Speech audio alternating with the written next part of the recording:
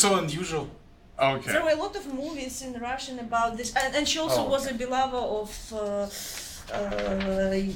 Sergei Yesenin, who is a well-known poet in Russia.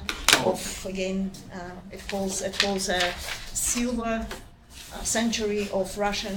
What is the name you said? Whoever Duncan, I which don't know the how recording to No, is not the name. interesting. A part name you said. Oh. Someone's name. Sergei Yesenin. Oh, I heard the name. So we have a special speaker, a special subject.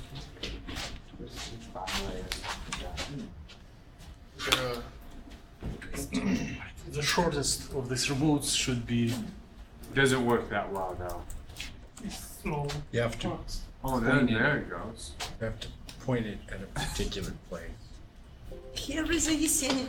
I don't know this guy. Maybe it'll I work. can find you a Sidora Duncan. I see some translated Bengali, you know, it's a work.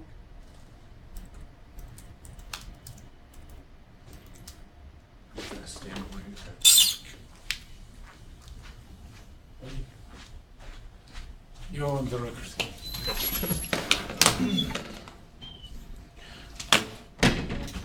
Thank you guys for coming. Today is, well, this presentation was supposed to be purely like a journal club presentation. But then I realized I'm lacking in some mathematical expertise in stuff I was about to present on. So now I'm kind of mixing a little bit of preliminary results from my related research and kind of a piece of literature that helps describe what I'm kind of doing. So we're looking into twisted graphene. So graphene, right, monolayer graphene is just unwrapping a carbon nanotube, which has been my previous presentations, right? But now placing a second layer, so a bilayer of graphene, and twisting that top layer by some angle, okay?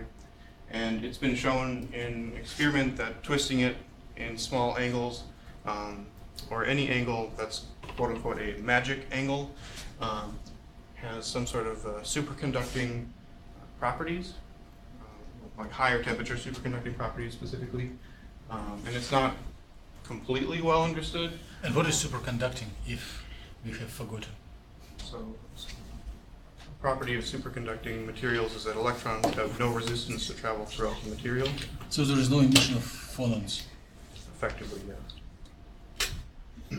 There's no coupling; they can just kind of travel freely with no resistance. I don't know if there's a better description, but But again, it's two sheets of graphene Yeah, but twisted bilayer. with respect to each other, Yep. right? Yep, exactly.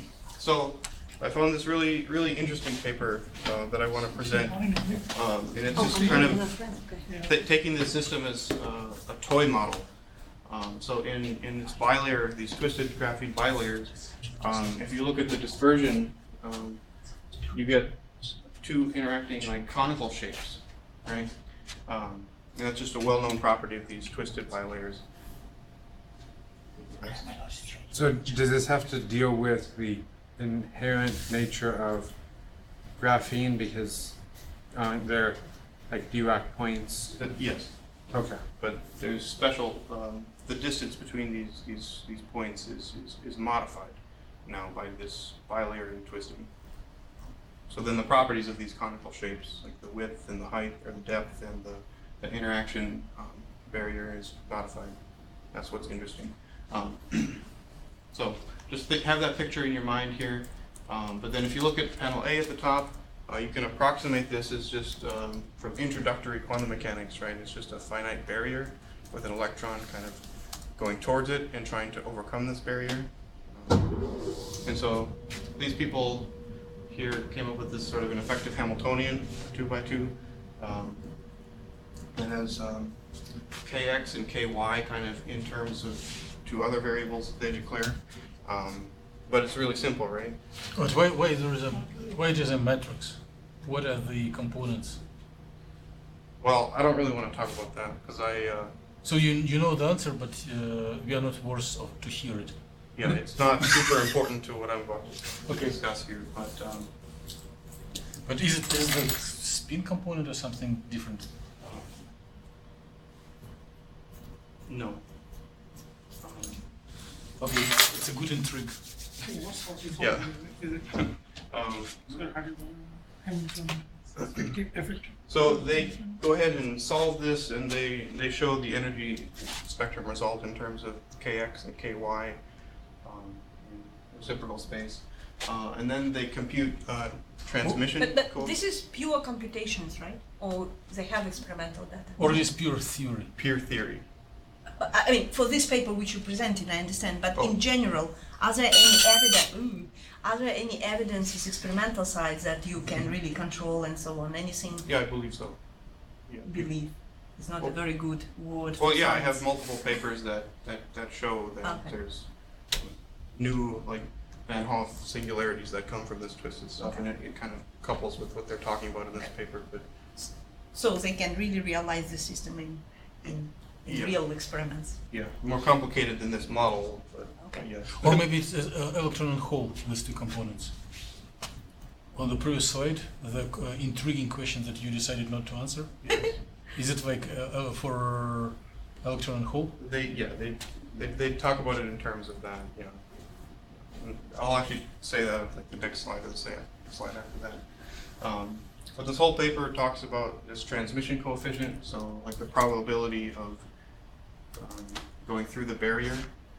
So you can see here, they're making a plot of effectively the electron's velocity through this, or initial velocity through this barrier. And so they can compute the transition probability as a function of that initial velocity for three different heights of the barrier, respectively to the initial velocity of the Fermi velocity. And where the barrier is coming from?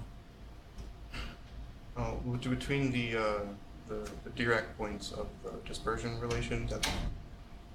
Okay, what is x-axis on the A panel? You're kind of traversing this. Well, on the panel B, it looks like momentum, right? Mm-hmm. And on the panel A, Well, they're making just a correlation between this in position space is commonly referred to, but then there. so there is no rigorous definition of the x-axis in the A panel? It's just... No. Okay. Yeah. So it's very abstract. Yes. Okay. So if you change the del U, how will you change the D? You don't affect the D too? The del U affecting the D. Those are two independent parameters, right? The height and the width.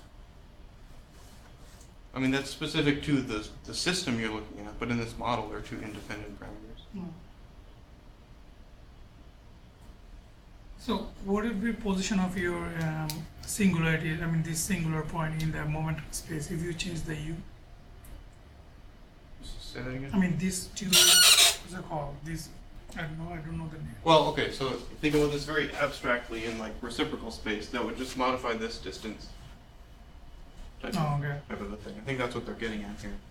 Oh. It's a toy model from introductory quantum mechanics in So if position you, space. if you increase the then- distance, U will be higher, U should increase too. Is it like something like that or? I think D just says how far away are the 2 points, Mm-hmm. and delta U says how big is the barrier.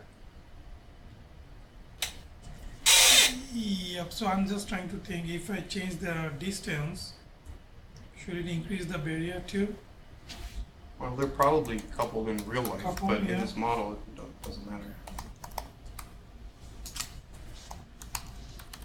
And actually, you probably told this. They change in the twisting angle or they don't? Or they fix it?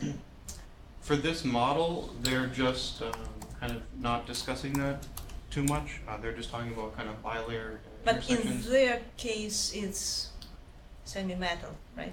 It's not opening the gap, it's not becoming semiconductor. That I will also kind of talk about on like the next slide. But they change it due to these parameters, D and delta U, right? Mhm, And they show that you can go. mhm. But these parameters, what I don't understand, because my understanding, I can, like, looking on your figure with these surfaces, right?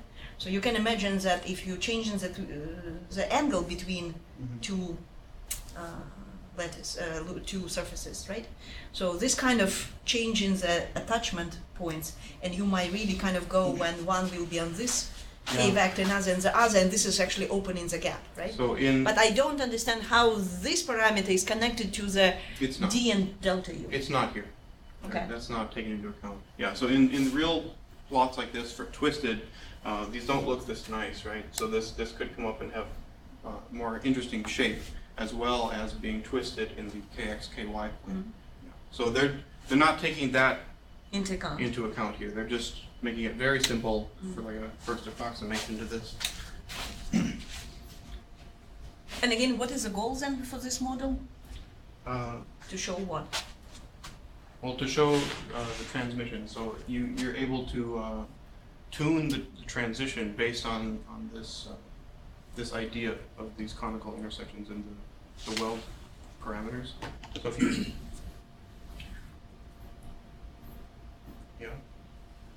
So we know particle in the box or whatever going through this step barrier or whatever, of course changing the size and height is tuning of the actual energies and penetration and your wave function tunneling kind of properties.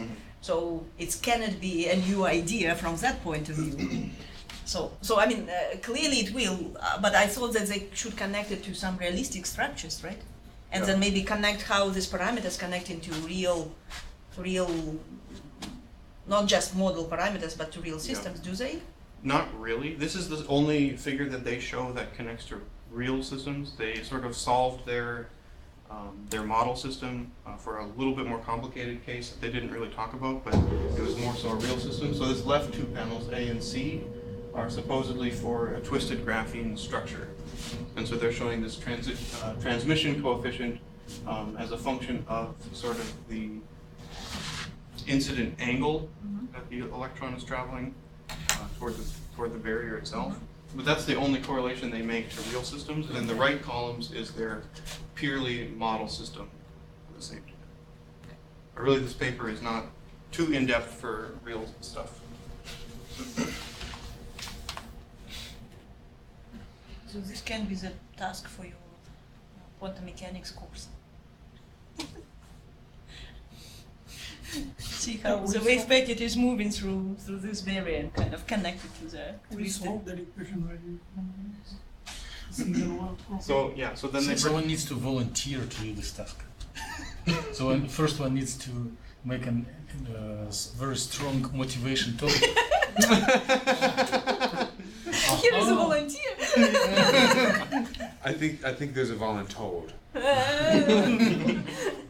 Okay, sorry to interrupt you. Good idea. So as a logical extension to this plot, so they're plotting transmission probability as a function of the incident electron's energy. Now they're flipping it and plotting it as a function of It's my here, not the yours. barrier height at different This values slide. of incident No, energy. it's mine. That was my And so you can see for this very small incident energy, you can see that there's no point here for barrier height. There is zero transmission, and they don't talk too much about why there is at larger incident energies. But you can see that there's a So can you explain what does it mean, no transmission? Transmission. so there's no probability that the electron will go from one conical surface to the other. And physically, what does it mean? The electron's movement is inhibited. But so your electrons will be just localized in some specific, because you're doing it in a k-space, right? They solve it. Yeah, they're localized. But as you some can always momentum. go to the XYZ coordinates, right? And then it means that you will have really electron being trapped, right? Somewhere on that side around some atoms or around that atoms, right? Or not? If it cannot Well- go from one well to another, it means what? It's localized in K space, so it's more or less not as much localized in position space. Right? Because if it can't move out of this well, right, in K space, if you transfer that to position space, it should be the opposite. But only for those momenta that are allowed in that well. That's my interpretation of the results here. Because if it's localized in that well, you know that its momenta is restricted to this maybe circular space in K space. So for some values of Kx, Ky that it is sitting in, you can just flip out and only the electron will have those in position space. So it'll be restricted in momenta, but it shouldn't be restricted in space per se. So, right, Heisenberg uncertainty. Effectively. No momentum. Yeah. We don't know as much That's the my position. Yeah, okay. Okay.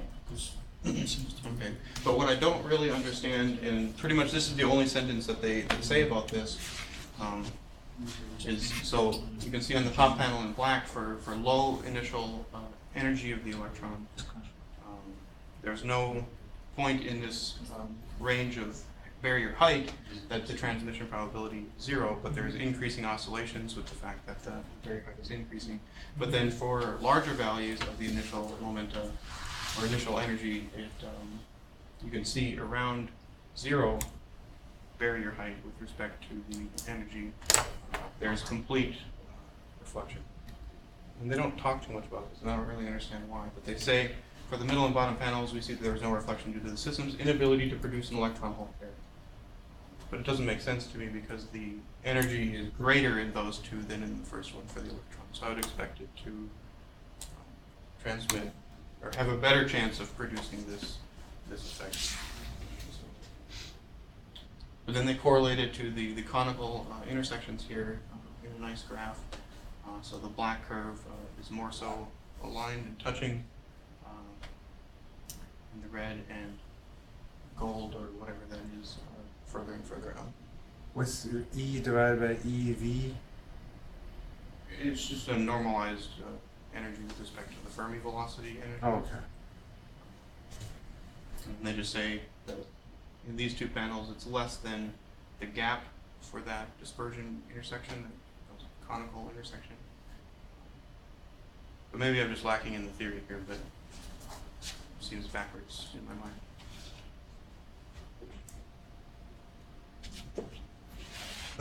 So then here, they kind of explore the oscillations themselves and talk about that in terms of the barrier height as well for different widths of barrier in terms of nanometers and 100 nanometers. So here they say it couples to the barrier width in an inverse relation that you can see here, the periodicity I mean. So they show that nice relation. So do they do this in a single barrier or in two wells? Because looking at panel A in your figure, it looks like they have the electron, a hole, a barrier, and then nothing. So do they do it periodic like Dimitri's code? Or do they actually have like two wells that do not allow it to go, if it hits the barrier and it comes back and then it loops around? If that's infinity, but in this case it's not Well, infinity. You can think of there being an infinite on either side, because in here it just goes up to infinity. I understand in B, but I'm asking about their model system. Because Just think of an infinite potential right here. So it's confined. okay, I mean, it wouldn't be vertical, it'd be. so they don't allow it to go through the backwards path. I mean, they don't care. That's the reflection. They don't talk anything about the reflection. Okay, So it doesn't matter. Does that make sense? somewhat. Because of course, if there is reflection, it'll come back, hit the other side, and then it'll try again, right? But then how do you determine which is transmitted and which is reflected?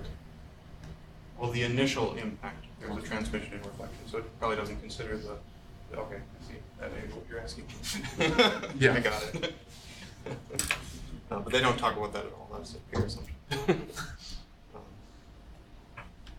Yeah, and so here's the the last figure they show. This is the only comparison to real systems. The left panel here is their computed results for twisted graphene bilayers dispersion relations, and their model system on the right column. Okay. And they show that the right column is perfectly symmetric about the incident angle. So I modified their figure there and put in the theta and a red arrow, kind of hint at the angle that they're referring to my best understanding. And so in the real system, they show from that dispersion relation that the conical intersections aren't symmetric necessarily, and so the incident angle here doesn't necessarily have to be symmetric about 0 either. And they claim that is a nice result. So in reality, that's a big one you should worry about. But as I said, in twisted graphene, the conical shapes aren't necessarily perfectly nice looking either. Is it the first time you are speaking about twisted graphene? First time first time in this talk? In this talk. Yep. No. Oh, he was talking about twisted surfaces. Well, most of their talk is Here, on, twisted means what? Defects? Buckled? Or just twisted? rotation. So it is not one graphene True, bilayer. bilayer. Maybe was that not clear? Sorry. It's still No. the same system from the very beginning up to this Yep. point. Yep. So everything you are speaking about is about bilayer. Yep. And this figure on the left is only the one where you have angle offset between the layers. Yes. Before, you didn't care about it. In their model system, they don't care about it because they're doing a very rough estimate. Because in non-twisting, it looks nice. The conical the dispersion relations look smooth and very symmetric about themselves radially for each intersection. But then when you twist it, it doesn't necessarily have to be like that. So I believe they took data from twisted and applied their model to maybe that dispersion relation, and then computed these results from that. So the main message is that twisted graphene is superconducting. It's more tunable. This transmission is more tunable. That is their result. Would it be correct to tell that only bilayer is superconducting while monolayer is not? They do not say anything about that. But what is your impression? Can single layer without second be superconducting? Well, in theory, it can, right? But in what you're discussing, it is always bilayer. In everything they discuss, it's always bilayer. Yep. So there is an expectation that bilayer is It's better. It's higher temperature. Yep. Is the idea. Yep. Okay. So this is the last figure that they have. So some conclusions from this paper are that the twist angle of the bilayer will drastically affect all properties of the dispersion relations, including all the parameters they include in their model system. Then the traveling electron or quasi-particle can be treated in this model Hamiltonian that depicts that transmission through that finite barrier that they approximate as a rectangular barrier. And one of the approximations that went into that Hamiltonian is that the twist angle is small, and the electrons are low energy in general, with respect to the Fermi energy that was listed earlier. So there's better understanding of how the twist angle shapes these conical dispersions, as shown in the angle dependence, which allows for another parameter to be understood here. When you twist them, those conical intersections in the dispersion relation don't have to be nice looking per se. Okay. So that's the whole idea that I'm trying to understand here about these twisted graphene bilayers. So now we can go to my preliminary results. Very preliminary, as you can see. So what I'm doing is I'm currently just testing geometry right now to find what I want to do in general. So I've just so far tested the PBE and the PBE with a D3 dispersion correction, which I'm 100% positive is needed before I even started, but I was testing anyway. So I'm testing 3 different systems right now. So I'm doing, of course, just a bilayer that has no twist angle for reference. I'm doing a twist angle of 6.01 and 21.8, which are two reported magic angles for the superconductance. But unfortunately, superconductivity is shown to be better for small twist angles. So there's one that's 1.02 and 1.16 or something twist angles. But the superlattice that results from these twist angles is of course very large for small twist angles, and smaller as you increase the twist. Can you derive an equation how for number of atoms in superlattice as function of twisting angle? Yes, people have done it. It's in one of the multiple papers that I'm looking at. But can you just verbalize it roughly?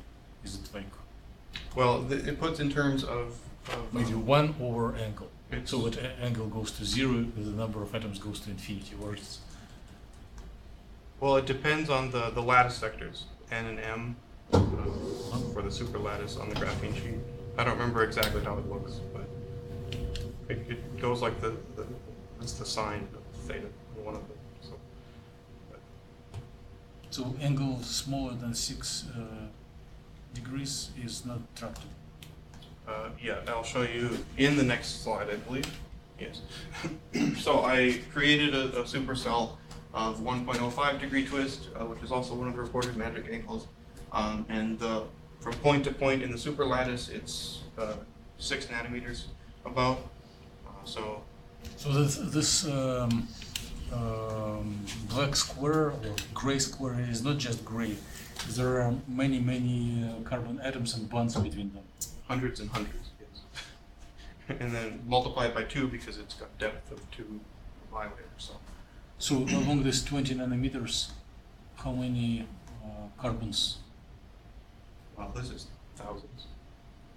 No, not total. Oh. If you line them along this arrow, along 20 nanometers, just to see the scale, because maybe from last row or maybe on recordings, it will look like continuous gray area. Well, we just define How many carbons per nanometer? What's the distance carbon?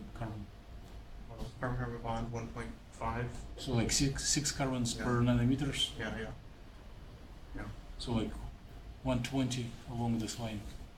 Something like this, Okay. yeah. Okay, so obviously this one is untractable because the supercell would be, even just in this red hexagon, the supercell would be hundreds and hundreds and hundreds of atoms. So now, if we increase the angle a little bit to 6.01, now it's only 3.6 nanometers from 1.2 another. So that's much more tractable, and you can see the nice overlapping atoms periodically. It produces a kind of a hexagonally packed structure. So now if we zoom in, we can call this a unit cell. So you have 4 overlapping carbon atoms here and 1 in the middle. And here is your smallest simulation box that you could choose. So this one has something like 700 some atoms in it, so it's still quite large even for 6 degrees. And you can increase it again to another magic angle of 21.8, and it gets even smaller. So here it's only 6.49 angstroms between overlapping atoms in the cell, so the unit cell can be much smaller, about the size of all the red dots I'm showing. Okay, So I have a question before you go on. yes.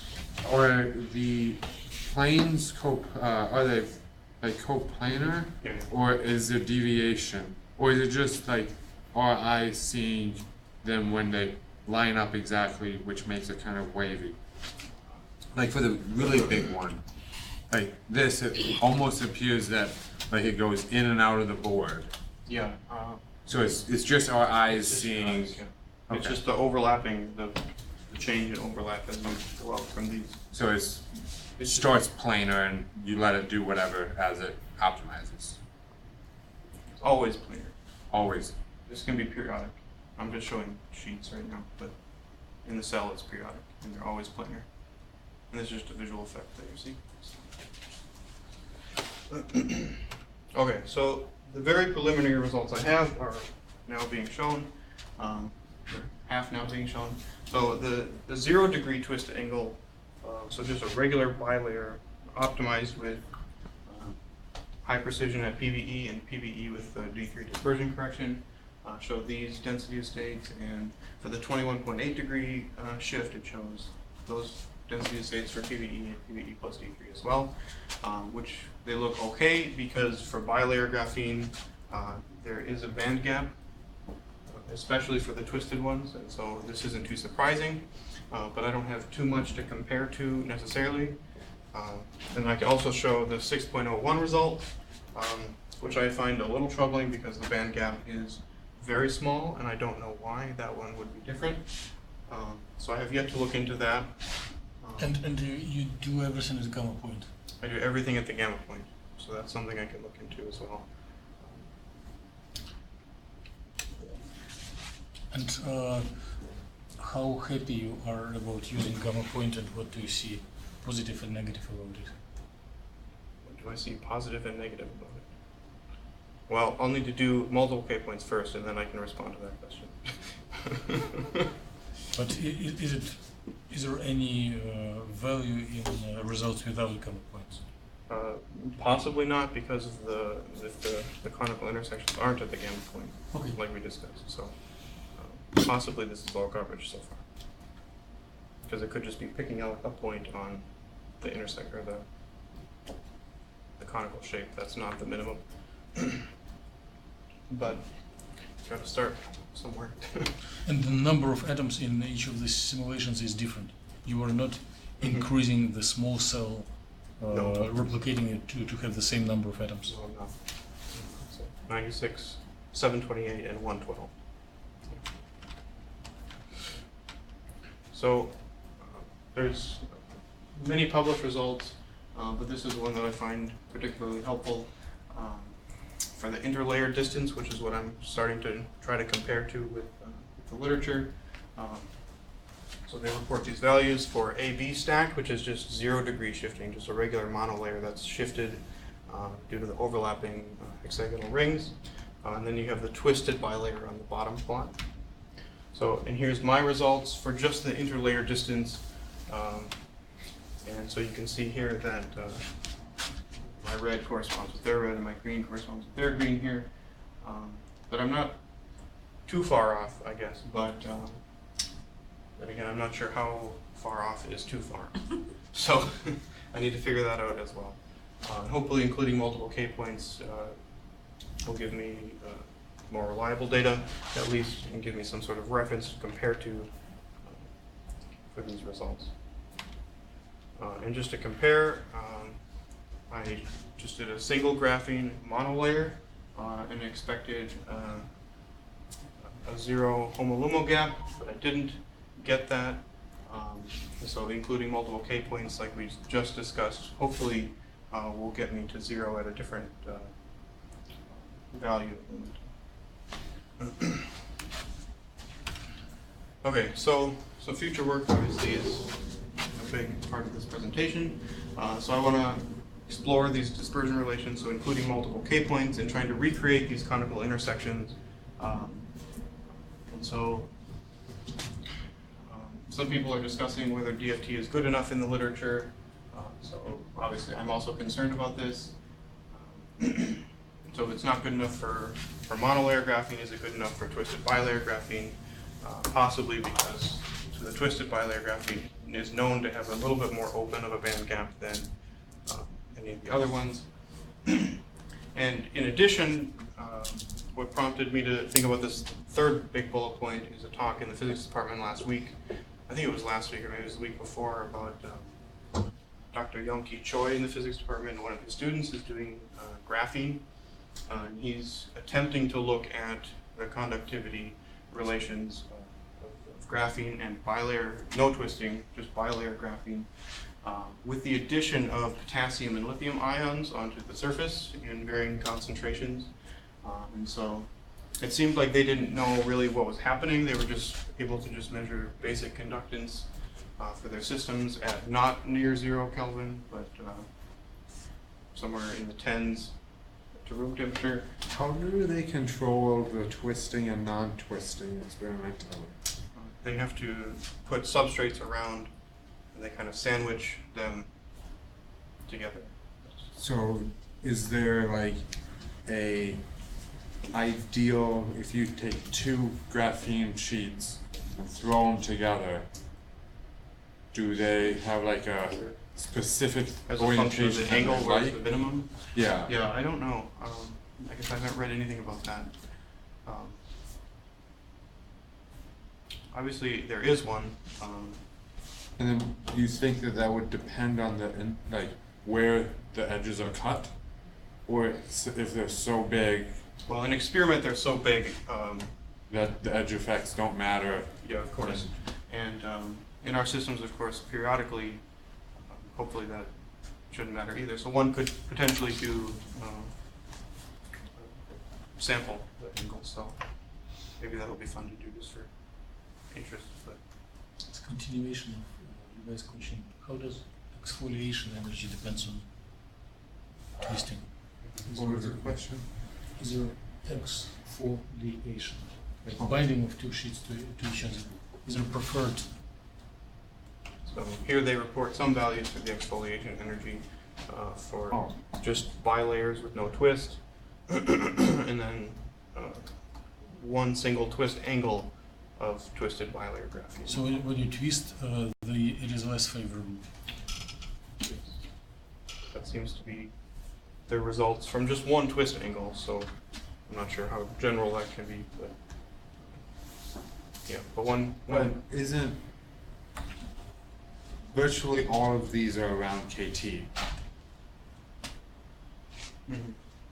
So then there might be a local minimum. Half KT or third KT. Mhm. What? I thought KT was 25. Oh yeah, half of it, yeah. Yep. Okay. So they, experimentally, they might not actually have one that will always occur, since if these values are correct, they can Well, kind of. they fix it though. Remember, it's just on a substrate, so it's they claim that it's fixed to that substrate, and so they just sandwich them together, and then I think they can do neutron scattering and stuff to make But sure. if you just throw two together and let them be without fixing it. Yeah, I don't know the answer to that.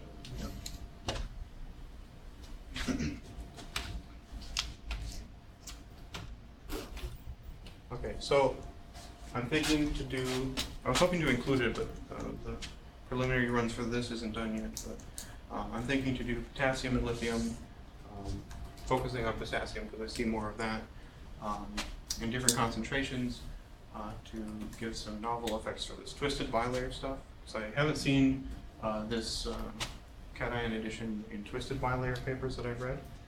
So I'm wondering if there's a reason, because nobody's ever talked about this, doping those, but How do you deal with charge? Because if you have one potassium, it's gonna be infinite charge as you go to the periodic cell. So do you know if they have counter ions? So they put something other than potassium, but it doesn't affect anything. in experiment, I don't fully understand how they do it exactly, but they ionize this potassium and then it somehow sticks in some concentration that they know how to do. But that's a little bit beyond what knowledge I have right now. But in calculations, yeah, you have to think about that. And I haven't thought about it too hard yet, but this is the direction I want to go. I think I was talking to John, and in VASP, you can do something to minimize that effect. But I don't remember what he was saying. Dimitri, do you know anything about the growth of charged species in your unit cells in VASP? You're taken care of. Oh, it is? Yes. Okay. Good. Okay, so, and then also in these works, they talk a lot about clustering of these cations into lattice structures. If they're at, like, due to thermal energy, they can hop between rings, right? And if they encounter another one, sometimes they stick. And if multiple of them stick, they form these little small clusters. And nobody really knows how that affects things, and they don't really know if it's actually occurring. But there's been some reports of this hopping rate between ring to ring. So possibly I can get an estimation for that to see how fast one can hop to the other, and also get a good idea as if the concentration is large, how likely they are to form these small clusters. So just some thoughts about what to do next. And that should be it.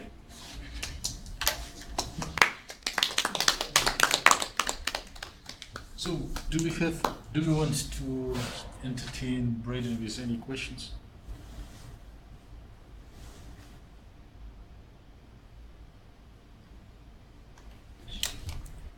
How layers help each other to conduct electricity? How layers help each other. Earlier you've told that it's somehow more efficient to be superconducting with two layers rather than one layer, so they kind of help each other. Yes. So what's the mechanism? And also at the beginning of this talk I said that this was supposed to be more of a literature view rather than what my preliminary results are. And then I said that the math behind a lot of this stuff is a little bit beyond me, so I didn't want to present on it today. But your answer is enveloped in that math somewhere. But I see a lot of papers about electron hopping between them as well, Between them? between the layers. So, but that, again, that math is about. So while practicing conductivity, an electron goes part of the way on one surface, then jumps on another one. And it exists maybe between them, and so. And then jumps back.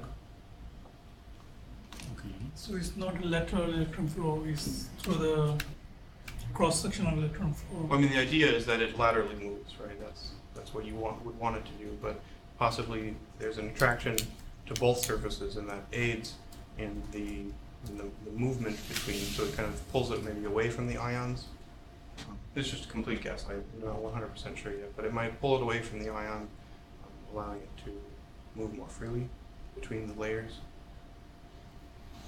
And how adding potassium and lithium to that system, with that argument, how that helps, I'm not sure. But that's also something I'm going to look into. I think Fatima had a question. Okay, so your potential barrier is between these two layers of graphene? You're referring to the model system at the I'm beginning? talking about the model, yeah. Okay. The first question. In general, no. It's just the model system was in K space, kind of. So it was a restriction on momenta, not position potential barrier, kind of. Maybe I didn't convey that super well. But in momentum space, there was a barrier in the dispersion relation. And so they were just comparing that to the finite barrier in position space that everybody knows from introductory quantum mechanics. Okay, and electron transmit through the barrier. Through the? Barrier, the potential barrier? Yes, yep. So how? Do you know the, like, is it quantum tunneling? Or? Yep, tunneling, yep, exactly, yep.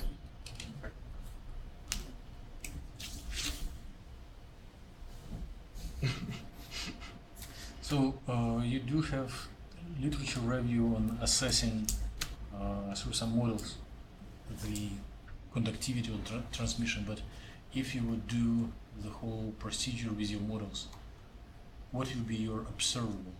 How would you compute the transmission or conductivity at an initial level? What is your plan? Have no plan currently. I'm just trying to find a good model to start out in, that I reproduce these geometric and ground state effects that I'm looking into. But if you need to do the same as music jazz players do, improvisation. So if you want to do improvisation on your plan, suppose that you already have model that satisfies all criterion and you still are posed in front of problem to find conductivity and show that it is equal 0. How will you compute it? Just share your vision or ideas. Well, one needs to compute the phonon modes and see how the electron structure couples with that, right? Because that's how conductivity can be thought of, right? How these electrons get coupled to the modes, and if there's not a lot of coupling, it can be free to move. So you want to consider kind of process of electric current as scattering from ions and dissipating of electronic energy into nuclear degrees of freedom. Which you hope is minimal, yes. And if it is minimal, so it's very similar to adiabatic dynamics with Kind of. cooling of carriers. Kind of, yeah. That's my interpretation of this, but I'm not. Interesting, interesting. And what is the current operator, and how does it relate to your problematics?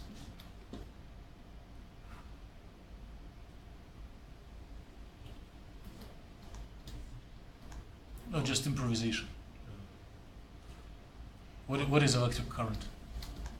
Electric current is the movement of electrons throughout space. So movement means what about their velocity or momentum? It's non-zero. Okay. So how does current operator relates to momentum operator? How does it relate? Huh? Nicely. Yeah, okay. Indirectly. So I remember learning of probability current and stuff like this. I assume it's related and looks like that, but So how would you find matrix element of momentum, or current operator or momentum operator? how would I find? Yes, if you have atomistic model, set of quantum orbitals.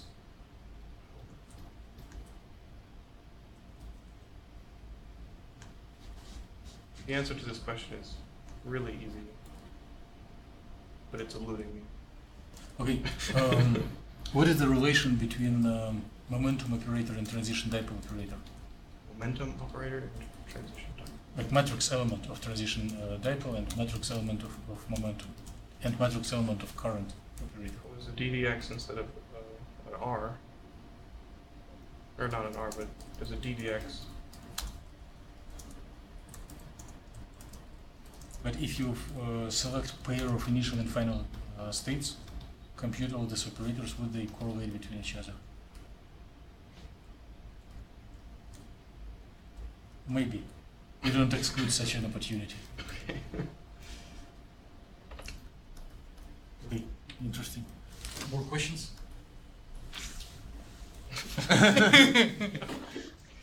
So, by some reason you prefer planar geometry. Yes. Suppose that you start to roll, not you start to roll, but you do roll the graphene into carbon nanotubes I've looked at that already. at larger. It's impossible to choose one that is computationally feasible and that the lengths match up with the units. So can you explain on this like analogy between bilayer of graphene and coaxial carbon nanotubes of different chirality? What do you mean? Coaxial, like one I know. nanotube inside of another one. What about the relation? That it's impossible to find a carbon nanotube that's computationally feasible, or what? No. Is it possible to get superconductivity in the set of Well, that was coaxial nanotubes instead of bilayer of graphene? well, that was the idea, and I'm not sure how they would relate to each other. I'm not sure if one would be better than the other for any particular reason. I don't know the answer to this. But like, what are the pros and cons for this idea? Physically or computationally? Both. Well, computationally, I did a search of parameter space for carbon nanotubes, and you need tens of thousands of atoms to find the right unit cell length to do this. And so it needs to be like 30 carbon nanotubes, or N30 equal M30 carbon nanotubes. So they're just absolutely huge and experimentally unfeasible, because the larger you get, the harder it is to make them, I guess, reliably. Physically, I don't know about the conductance between the two and how that would affect bilayer stuff. So in order to get the preferable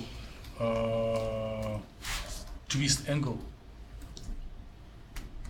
one would need really large diameter nanotubes. If you do like 6.5 and 7.6, the angle will be not preferred if you like put one in. Well, I made a script that for fixed angle it computed all possible combinations of N and M for carbon nanotubes, and I ran this for multiple different angles, and for no angle of twist was there 2 carbon nanotubes less than N equals 20 and M equals 20, such that the unit cell length was reliable. And in addition to that, there's another restriction that the diameters are the same as, or about the same as the bilayer and graphene distance apart. So there's way too many things, and then to do that you need to go up to, I tested for N to equal 100, M to equal 100, and I tested all those combinations, and there was nothing nothing within what is reasonable to do. Even in real life, there's no combination of them that is good. Okay, more questions to Braden? More questions 1, more questions 2, more questions 3. Let's thank you once again. Anyone has objections against declaring wish of a nice weekend? No. Okay, have a nice long Memorial weekend. See you next week. And there is a volunteer for next Friday. Who? Or there is a person who... Oh, is there a volunteer? There is a volunteer. There is one volunteer, but if there are more, just say no. Who's the volunteer? He knows. It's me, I guess.